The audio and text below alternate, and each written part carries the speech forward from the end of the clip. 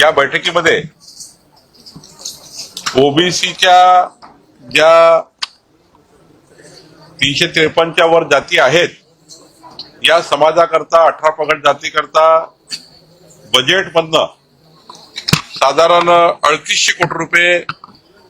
जे मिळायचे आहे ते डिसेंबरच्या अधिवेशनामध्ये बजेटेड अमाऊंट जो आहे जवळपास 1200 कोटीचं तर नुसती शिष्यवृत्तीच थांबलेली आहे.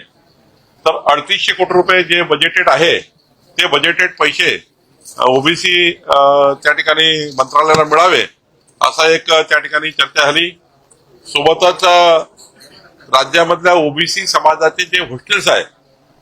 त्या ठिकाणी ग्रंथालय आहे किंवा शासकीय कार्यालय आहे या बांधकामाकरता एक कन्सल्टन्सी नेमून त्या ओबीसी समाजाकरता जे जागा पाहिजे आहेत त्या जागेचे प्रस्ताव जे आलेले आहेत